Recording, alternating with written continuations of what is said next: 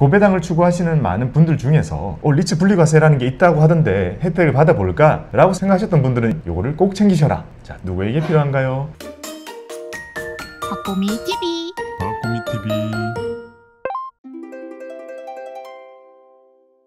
안녕하세요, 박보미입니다. 오늘은 리츠를 주제로 가지고 와봤습니다. 안녕하세요, 김님. 안녕하세요. 리츠 정말 인기 없는, 최근 언급조차 많이 안 되고 있는 것 같긴 합니다. 하지만 원래 리츠를 우리 채널에서 많이 다뤘었고요. 지금처럼 또 안 좋을 때 관심을 가져보는 거는 도움이 될 것 같아가지고요. 최근에도 리뉴얼 영상을 이렇게 띄워드렸었는데요. 저걸 보신 분들께 한 가지 더 말씀드리면 좋을 얘기가 있어가지고 이렇게 따로 영상을 만들었습니다. 리츠도 절세를 할 수 있는 별도의 혜택 같은 게 있거든요. 그거를 한번 오늘 소개해 드려보겠습니다. 자, 리츠 분리과세 과연 어떤 내용인지 정리해 보겠습니다.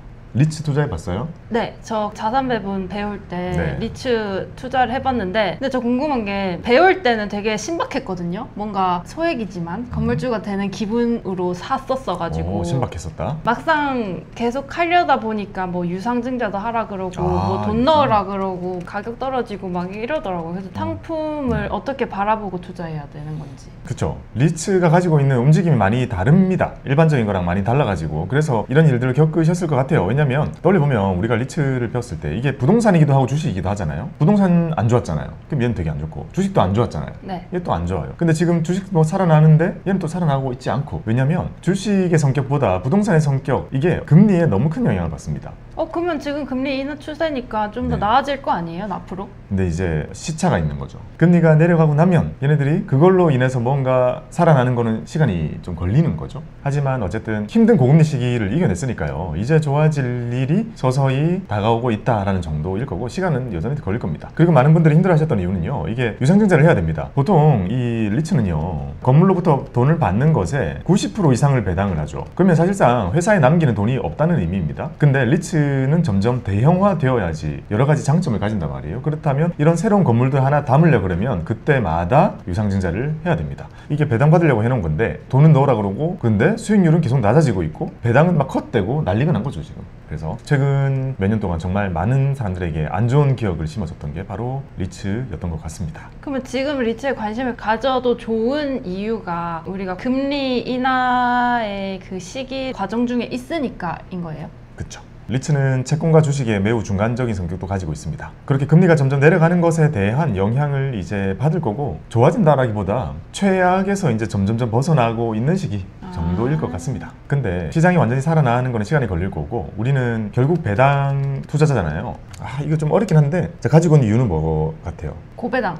아니, 배당 좀 올려버려가지고 지금 플러스 고배당 좀 못 사겠다면서. 네. 그러니까 지금 높은 배당을 받으려면 리츠를 사야만 할 수밖에 없는 시기란 말이에요. 자, 채권은 바로바로 금리에 변화가 생기죠. 자, 고배당주도 이번에 가버렸죠. 리츠는 아직 안 갔거든요. 근데 리츠는 배당 수익률 좋던데요? 네, 배당 수익률이 높죠. 그게 배당이 높다는 뜻이기도 하고 주가가 빠져 있다는 뜻이기도 한데, 어쨌든 리츠는 정말 안 좋은 시기, 그리고 살아나고 있는 즈음 이제 이 정도면 고배당주의 관점에서 볼 때 관심을 가져볼 만한 거죠. 왜냐? 배당주가 가버렸고 지금은 채권이 가버렸기 때문이죠. 채권이 가버렸다는 건 매력도가 조금 떨어진다? 이전보다? 지금 보면요, 미국은 10년물 채권금리 엄청 올랐거든요. 채권금리가 올랐다는 것은 채권 가격이 하락했다는 거죠. 네. 그래서 미국 채권은 지금 많이 하락해 있어요. 지금 사면 괜찮겠죠? 우리나라 거는 안 그래요. 우리나라 채권은 오히려 더 안정적인 움직임이어가지고 금리가 매우 낮아졌죠. 이제 국채를 사도, 조금 장기채를 사도 옛날같이 그렇게 매력 있는 금리를 안 준단 말이에요. 그래서 지금 이 시점에서는요, 계속 달라지니까 명확한 건 없지만 미국 채권은 아직 괜찮아요.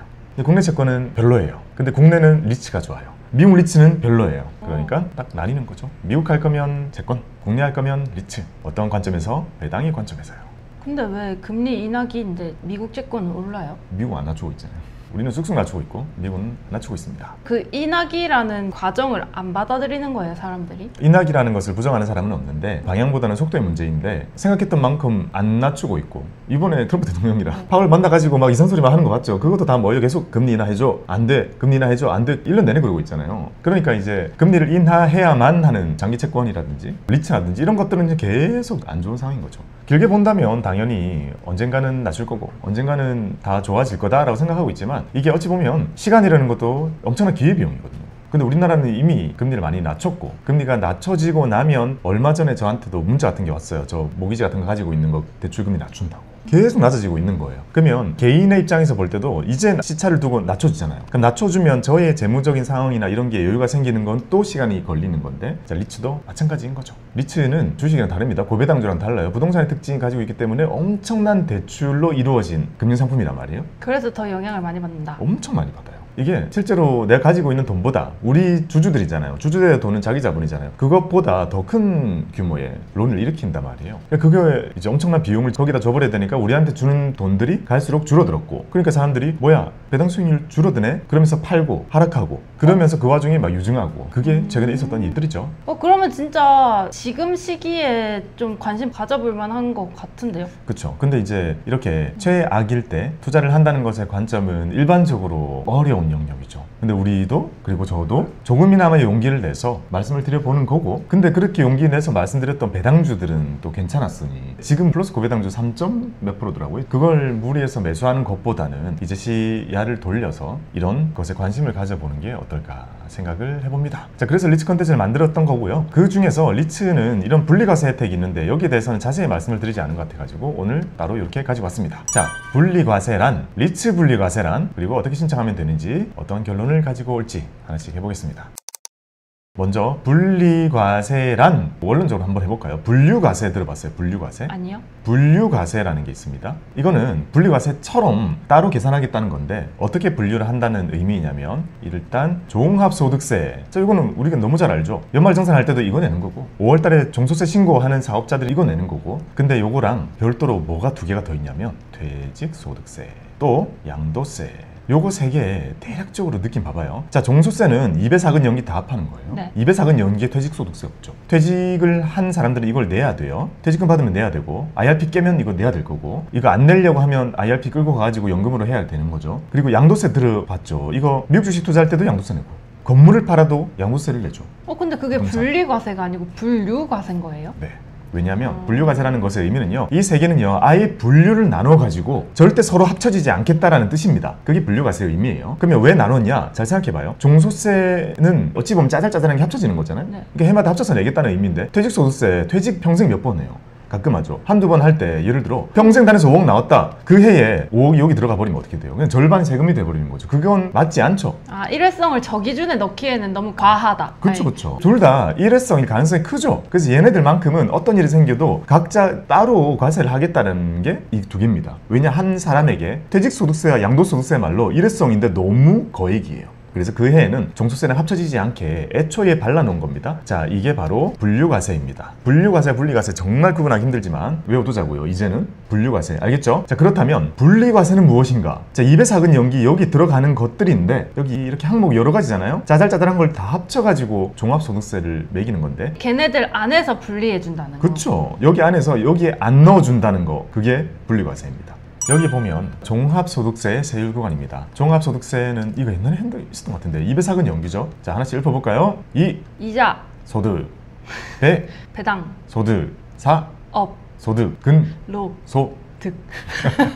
자, 연금소득, 기타소득입니다. 요거 6개 중에 일반적인 직장인 기준에서, 지금 깻님은 일반적인 직장인입니다. 근로소득, 이게 메인이죠. 거기에다가 뭐가 추가되는 개념이에요? 이자, 배당. 그렇죠. 이자와 배당이 추가되는 개념입니다. 지금 밑에 종합소득세 세율 구간을 봅시다. 1,400만 원 이하. 지금 우리 2025년의 기준에서 볼 때 최저임금이 10,000원 넘었죠, 이번에. 넘었으면 기본적으로 가장 많은 사람들이 일단 있는 곳은 어디겠어요? 요 정도가 가장 많죠. 대기업 들어가도 8,800 위로 가는 거는 조금 더 고직급이거나 아니면 계약직일 가능성이 크죠. 그러면 우리가 보통 중소기업 시작해도 2,000대, 3,000대 정도일 거고, 자, 그렇다면 여기가 가장 많다는 거예요. 저도 제 인생 통틀어 봤을 때 회사 생활할 때 가장 많이 속했던 구간이 이 구간인 거예요. 자, 15%, 24%입니다. 그러면 대략 봐봐요. 5,000 버는 사람에게 15% 크죠? 8,000 버는 사람에게도 24%라는 건 크죠? 작게는 수백, 많게는 1,000만 단위까지 우리가 세금을 냅니다. 자, 이게 종합소득세 구간이고, 이렇게 금액 구간만 짜여져 있고 2배 사근 연기 각자 버는 것들을 다 합쳐가지고 여기에다가 다 넣는 거예요. 그러면 사람마다 버는 게 다르잖아요.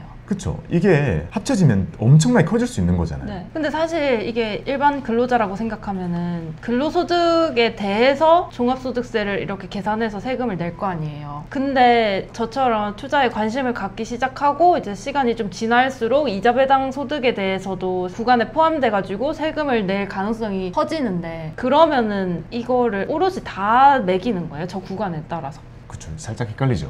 자, 지금 깻님 기준에서 근로소득 내고 있습니다. 요거 연말정산하고 있죠. 자, 이자 배당 조금씩 나오고 있죠. 근데 웬만큼 늘어나도 이 이자 배당이 깻님을 괴롭히지 않아요.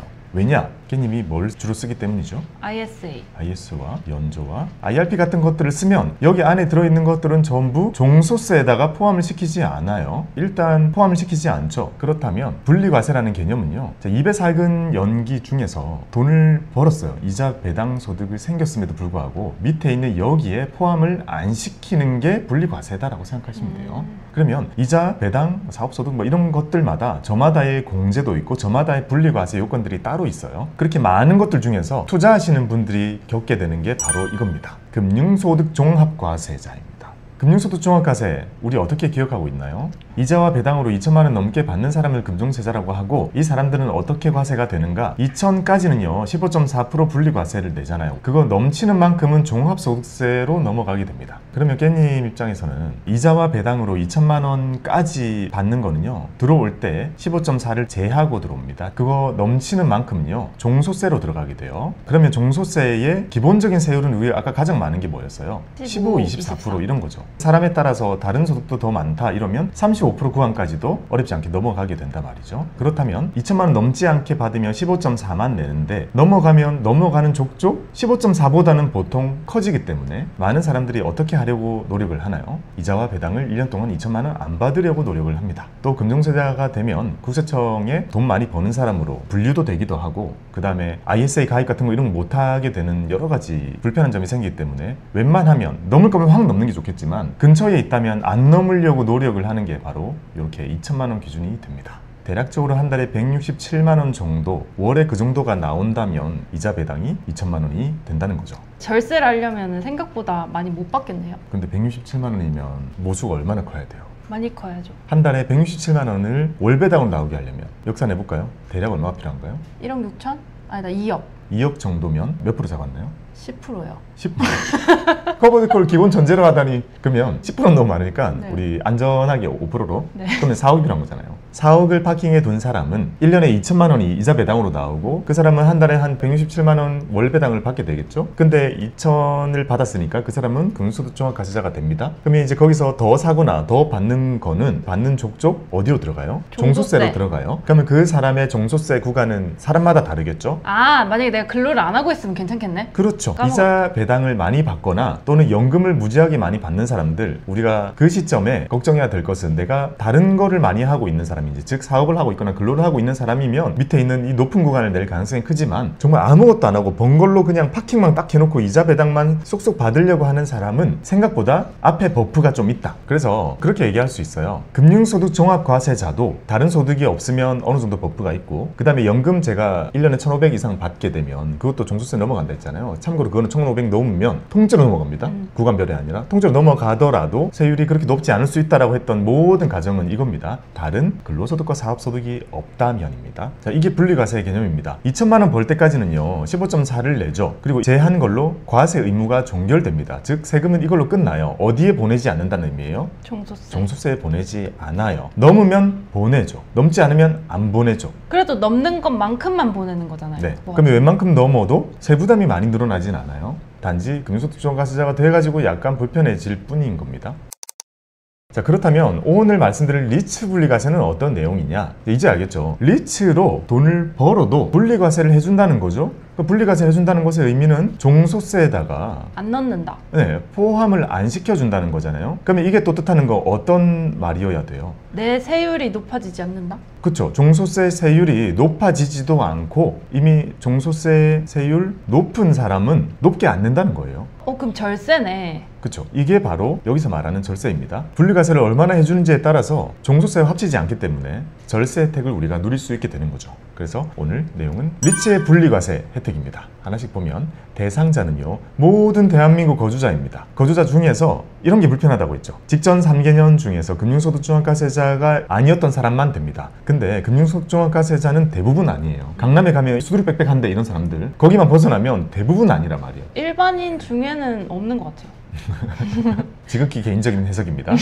저기 사교 모임 좀 나가고 해봐요. 와인 모임 이런 데 가면 또 다 금융세자 모였을 수도 있습니다. 세제 혜택, 어떤 혜택이냐면요, 매수 결제일로부터 3년 동안 배당 소득에 대해서 9.9% 분리과세를 해줍니다. 그러면 딱 보고 어떤 생각이 들어요? 원래 배당 소득 얼마 내야 돼요? 15.4. 15.4를 내야 되죠. 근데 15.4를 내고 이게 2천만 원을 넘어가게 되면 그때는 종소세가 되는 거죠, 원래는. 근데 애초에 분리과세라는 말이 붙어 있습니다. 그러면 15.4 낼 거를 9.9만 내게 해주는 혜택이 일단 있는 거고요. 거기다 더해서 애초에 분리과세라는 의미가 되죠. 별개로 보겠다는 거죠. 네, 종소세랑 어떻게 해도 합치지 않겠다는 거고요. 자, 요거는 의무 보유기간 3년이라는 것을 지켜야 하고 납입 한도가 정해져 있습니다. 혜택이 있으면 한도가 보통은 있죠. 부자들이 100억으로 할 수 없게. 그래서 인당 5천만 원입니다. 적용 기한은 2026년 내년 말까지고요. 요거는 그때그때 경우에 따라서 연장이 될 수가 있습니다. 자, 요것만 딱 보고 어떤 생각이 드나요? 일단 깻님이랑은 상관이 없다. 돈이 별로 없으니까. 왜 없는지는 보면, 자, 누구나 5천만 원 정도를 투자를 할 수는 있어요. 근데 투자금이 5천만 원이라는 게 아니라 리츠를 5천 사야 되죠. 네. 그 다음에 여기서 또 뭐가 있냐면 절세 계좌들을 다 채우고 나서 리츠를 5천을 사야 되는 거예요. 그러니 요거는 상당히 자산이 큰, 자산 배분을 심지어 제 거대로 했을 때도 정말 큰 돈으로 하고 해가지고 리츠를 5천씩 일반 계좌에서 사는 사람들이 해당이 되게 됩니다. 자, 좀 더 구체적으로 말씀을 드려보면 우리가 리츠를 살 수 있는 여러 가지 방법이 있습니다. 자, 오늘은 개별 리츠도 생각해 볼게요. 개별 리츠 떠오르는 거 아무거나 뭐 있나요? 신한알파. 그렇죠, 신한알파. 크래프톤 빌딩 사가지고 그거 막 팔고 이런 거 하고 있죠. 신한알파. 또 NH. 그렇죠, NH 프라임 리츠. 네. 이런 게 개별 리츠의 예시가 되죠. 자, 이런 것들을 매수를 하면 세제 혜택을 받을 수 있는 건데, 첫 번째, 이런 리츠를 ISA에서 매수가 되죠. IRP에서도 매수가 되고 연저에서도 매수가 되죠. 그러면 그것들을 여기서 샀을 때 ISA는 어때요? 1년에 2천만 원씩 5년 동안 1억 원만큼 투자를 할 수가 있고, 요거에 대해서 플러스 알파가 생겼을 때, 자, 이거를 비과세도 해주고 분리과세도 해주죠. 여기서 비과세 혜택은 200 또는 400이 될 것이고 분리과세는 9.9잖아요. 뭔가 똑같네. 이상하죠? 그쵸? 그러면 ISA에서 리츠를 할 필요는 없네요. 아니요.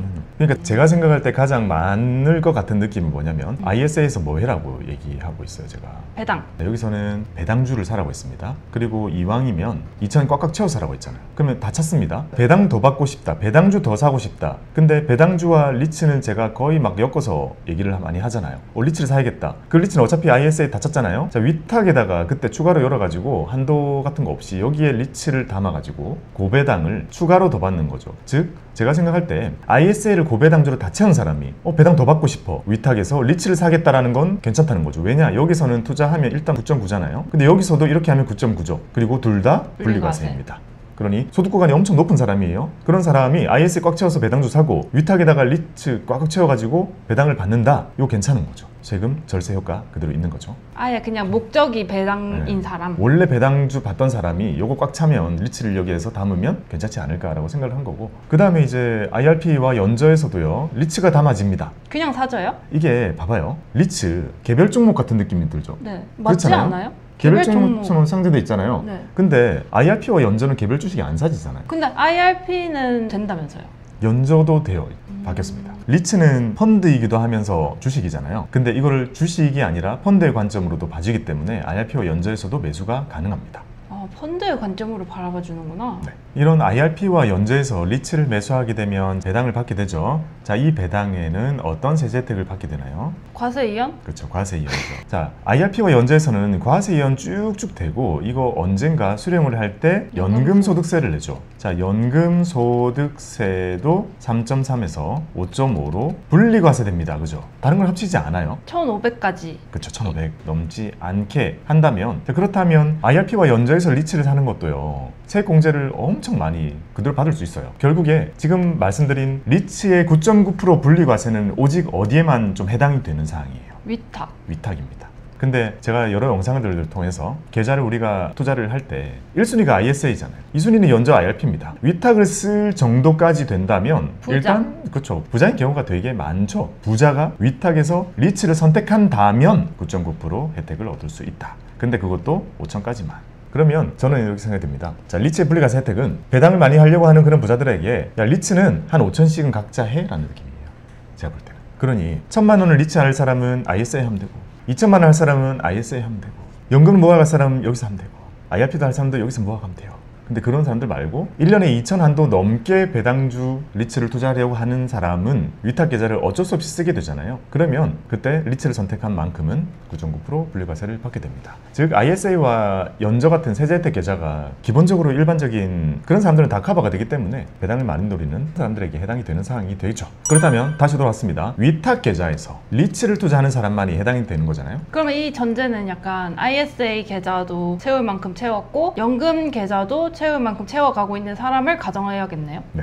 근데 잘 생각해보면 ISA는 금융소득종합과세자는 가입할 수 없죠. 그러니까 원래부터 이미 배당 많이 받는 사람은 요거 할 만한 거죠. 자, 만약에 고배당주를 A, B, C 3개를 사고요. 리츠까지 섞어 샀습니다. 그리고 여기서 1년 동안 1,000만 원씩 배당을 받았어요. 그러면 기본적으로 어떻게 되나요? 1년에 4천을 받았습니다. 금융소득종합과세자가 되겠죠. 근데 세율이 원래 어떻게 되겠어요? 4천 받았으면 2천에 15.4 내죠? 그 다음 위에 있는 2천은 어떻게 되나요? 종소세로 넘어가죠. 아 그러네. 종소세로 넘어가면 종소세 구간은 이런 사람이라면 15일 가능성보다는 24일 가능성이 30. 높고 35일 가능성도 매우 높죠. 요 정도의 세금을 내게 됩니다. 자, 2천에 15.4 벌써 내는 거는 거의 한 300만 원이죠. 그 위에 있는 거는 종소세로 넘어간 부분은 작게는 300, 많게는 한 700만 원까지 세금 엄청 많이 내죠. 그리고 어떤 구간인 사람들은 50% 구간까지 가 있을 거 아니에요. 그런 사람들은 그 위에 있는 2천만큼은 1,000만 원 세금이 됩니다. 1,000만 원 세금 내면 어떤 기분일까요? 2천 배당 받았는데 1,000만 원 세금 내는 기분. 더 많이 벌어야겠다. 자, 근데 우리가 뭘 할 수가 있나요? 분리과세. 그렇죠. 분리과세 혜택을 신청을 하게 되면 이렇게 됩니다. 이렇게 3천, 4천이 되는데 얘는 9.9%로 분리과세 해주니까 아예 떼놓고 생각할 수 있죠. 이렇게 떼놓고 3천만 가지고 이제 자 2천 낸 거는 15.4 내고 그러면 대략적으로 300만 원 내고 이거 넘는 건 1,000만 원이 되고 이제는 이 1,000만 원만 종소세로 넘어가게 되죠. 그러면 종소세 구간이 높다고 하더라도 저는 여기에 아예 9.9로 빼놨으니까 이만큼은 절세를 할 수 있게 됩니다. 자, 이런 리츠 분리과세 혜택 어떻게 신청하는지 알려드릴게요.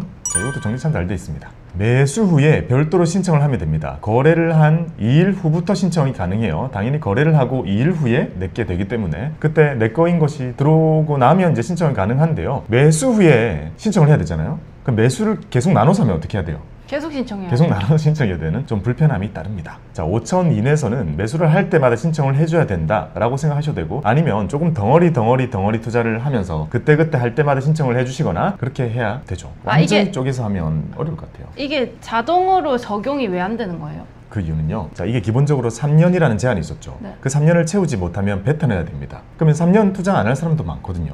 그런 사람들이 혜택을 받고 배탄내는 그런 과정을 거칠 필요가 없죠. 굳이. 네. 진짜 분리과세 혜택을 받으려고 의도한 사람은 아주 일부이기 때문에 그런 사람들만 신청을 하면 되는 거죠. 그리고 이런 걸 모두 자동화 시킬 필요가 없어요. 왜냐하면 그것도 전산상으로 엄청 로드가 걸리는데 말씀드린 것처럼 리츠 분리과세 혜택은 일부의 사람들을 위한 거기 때문에. 아 그러면 아까 말했다시피 3년 이상 가지고 있어야 되는 거예요? 네. 그러면 3년 이상 안 갖고 있으면은 세금 국세청에서 다시 달라고 한다고요? 네. 환수 조치? 네. 불편하죠.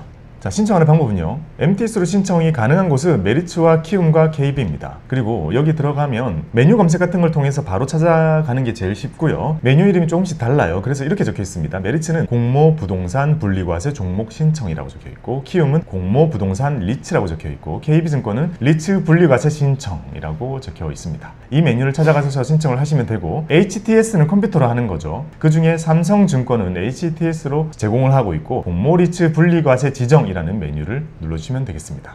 그 외에 다른 증권사들은 모두 전화 또는 지점 방문을 통해서 신청하실 수 있고, 전화는 이렇게 고객센터에다가 신청을 하실 수가 있습니다. 근데 개인적으로는요, 전화가 너무 오래 걸리기 때문에 지점 방문을 하시는 게 좋고, 지점 그렇게 많이 붐비지 않아요. 뭔가 이벤트가 있지 않는 이상. 그래서 지점 방문하시는 게 좀 어떨까라는 개인적인 생각을 해봅니다. 그리고 이게 매수하고 3년이 걸립니다. 언젠가 매도를 할 거고, 자, 이 기간은 3년이 이상 걸리게 되죠. 자, 매수하는 이 시점에서 신청을 해야 돼요. 지난 거를 신청해서 과거 소급 적용은 안 되기 때문에 매수하고 바로 이틀 지나서 신청을 해야 이제 그때부터 들어오는 배당금에 대해서 분리과세 혜택을 받을 수 있습니다. 자, 그러면 리츠만 들어있는 ETF는 돼야 되는 거 아니에요? 그렇죠. 됩니다. 근데 안 되는 것도 있어요. 되는 거 안 되는 거 있으니까 요거는 별도로 확인을 해주셔야 되는 부분입니다.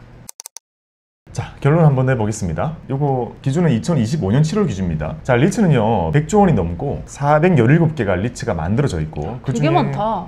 엄청 많죠. 근데 그 중에 슬픈 거는 뭐라고요? 아, 상장된 게 몇 개 없구나. 상장된 거는 25개입니다. 이것도 많이 는 거예요. 제가 옛날에 일할 때 3개 있었어요. 자, 이런 리츠들이 우리에게 주는 배당 수익률이 평균적인 게 지금 7%가 넘는단 말이에요. 그러니까 평균이 이 정도라는 건 낮은 거는 5%, 많은 거는 한 10% 막 이렇게 왔다 갔다 하는 것들이 있으니까 기호에 맞게 고를 수 있고, 이거 자체를 통해서 우리는 고배당을 누릴 수 있다는 거잖아요. 그래서 오늘 알려드리고 싶었던 거는, 고배당을 추구하시는 많은 분들 중에서 리츠 분리과세라는 게 있다고 하던데 혜택을 받아볼까? 라고 생각하셨던 분들은 이걸 보시고, ISA를 먼저 채우는 게 낫고, 그리고 연금저축에서도 그런 걸 활용하는 게 나겠구나. 그럼에도 불구하고 더 받기 위해서 위탁계좌에서 리츠를 사시는 분들은 이거를 꼭 챙기셔라 라고 말씀을 드리고 싶습니다. 자, 정리됐죠? 누구에게 필요한가요? ISA 채우고, 연저 채우고, IRP 채우고, 그 다음에 위탁에서 배당주 위주로 투자를 하고 싶으신 분들, 근데 여기서 리츠도 같이 섞어서 하시면 좋을 것 같고, 배당주는 요즘에 많이 올랐으니까 지금 리츠를 선택하신다면 여기서는 뭐 해준다고요? 9.9%를 분리과세 해준다라는 결론을 말씀을 드렸습니다. 근데 아니면 그건 어때요? 금종세자 기준에 되게 애매하게 걸쳐 있는 사람. 그런 분들은 무조건 좋고, 근데 금종세자가 돼도 이거는 해야죠. 왜냐면 금종세자 되면 어차피 ISA 못 하잖아요. 금융세가 되면 어차피 세율 높아지잖아요. 근데 배당을 원하시는 분들은 이게 유리한 첫 스타트일 것 같습니다. 와, 근데 167만 원 이상은 저의 기준에서는 되게 까마득하네요. 지금 이제 막 18만 원씩 나오고 있는데 10배나 더 불려야 돼. 그러니까요. 와, 근데 부자긴 부자다. 근데 부자들의 행태를 보면요, 지금 깻잎 기준에서 4억 이렇게 가지고 있어야 되는 거잖아요. 깻잎 기준에서는 2억이 되겠군요. 네, 전 10%를 목표로 하니까. 그러니까 이렇게 가지고 있는 거, 이걸 오롯이 뭘 하는 거예요? 배당으로 투자. 하는 거죠. 배당. 자, 이 배당이 이 정도 들어있다는 것은요, 배당주 만나는 사람들 경우보다는 보통은 다 섞여 있습니다. 주식도 있고, 저기 뭐 부동산도 있고, 뭐 다양하게 가지고 있는데, 이 금융소득종합과세자의 2천만 원 기준에는 예금도 포함된단 말이에요. 그런 사람들 예금은 진짜 많단 말이에요. 그러니 이미 그 예금에서 받는 이자만 가지고요, 상당히 많은 한도를 뺏깁니다. 2천 중에서. 그러니 배당금만 가지고는 2천도 아니에요. 이제 얼마 안 남은 룸을 쓰게 되는데, 적어도 5천만 원만큼은 리츠로 위탁해서 따로 빼가지고 할 수밖에 거의 없을 것 같아요. 배당을 원하신다면. 리츠 싫으면 어쩔 수 없지만 배당을 원한다면 요거는 어쨌든 확실히 그분들에게는 유리한 부분이 생기니까요. 자, 이렇게 배당을 정말 많이 받으시는 우리 채널의 구독자분들에게는 도움이 되는 영상이었기를 기원해봅니다. 배당 정말 많이 받으시고 위탁에 리츠까지 담아가지고 9.9% 분리과세 혜택까지 받는 여러분들의 성토를 기원합니다. 감사합니다. 아니 근데 간혹 제가 금종세자인데요 라고 하시는 분들 계시거든요. 그렇죠. 그럴 때마다 오. 돈은 없어서 고민, 많아서 고민이기 때문에 많아서 고민이 많은 분들에게는 이거 보시고 이렇게 느끼셨을 거예요. 5천원 그냥 떼서 위탁해서 리치 하는 게 괜찮겠구나. 배당을 받고 싶다면 그것도 이제 괜찮은 선택지라는 걸 말씀을 드렸던 거죠. 우리 구독자분들 중에 부자이신 분 많지 않을까요? 그렇죠. 많을 거예요. 그분들에게 도움이 되었을 겁니다. 박보미 TV. 박보미 TV.